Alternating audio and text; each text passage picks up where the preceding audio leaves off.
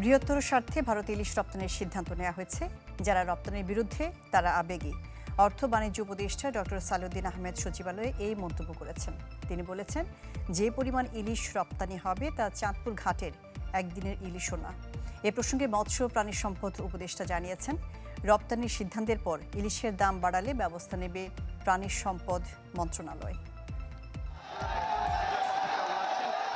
ছাত্র জনতা অভ্যুত্থানে 5 আগস্ট পতন হয় শেখ হাসিনা সরকারের। রাজনৈতিক পট পরিবর্তনের পর সামাজিক যোগাযোগ মাধ্যমে ভারত বিরোধিতায় স্রোতে সামিল হন অন্তর্বর্তী সরকারের উপদেষ্টারাও।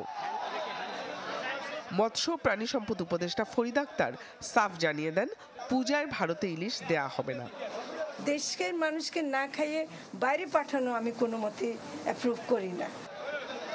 শনিবার সে সিদ্ধান্ত থেকে সরে আসে অন্তর্বর্তী সরকার। ভারতে 3000 টন ইলিশ রপ্তানির অনুমতি দেয়া হয়। পরদিন অর্থ উপদেষ্টা জানালেন, দেশের বৃহত্তর স্বার্থে এই সিদ্ধান্ত নেওয়া হয়েছে। এটা আমি মনে করি এটা ডিসিশন হয়েছে, এটা গ্রেটার ইন্টারেস্টে। হ্যাঁ, কিছু লোকের অসুবিধা হতে পারে, বাট আমি মনে করি না এটা একটা বিরাট একটা কিছু ক্ষতিকারক। আমার মনে হয় আরও লং রানে আপনার জন্য একটা পজিটিভ বিষয় হয়েছে।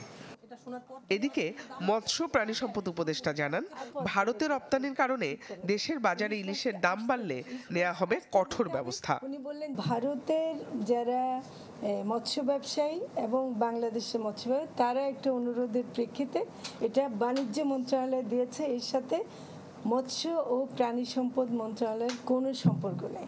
যদি এর প্রভাবে দাম বাড়ে, সেটা আমরা মনে করি যে এটা বাড়া উচিত হবে না। যদি দাম বাড়ে, সে দাম বাড়ার ব্যাপারে অবশ্যই আমাদেরকে ব্যবস্থা নিতে হবে।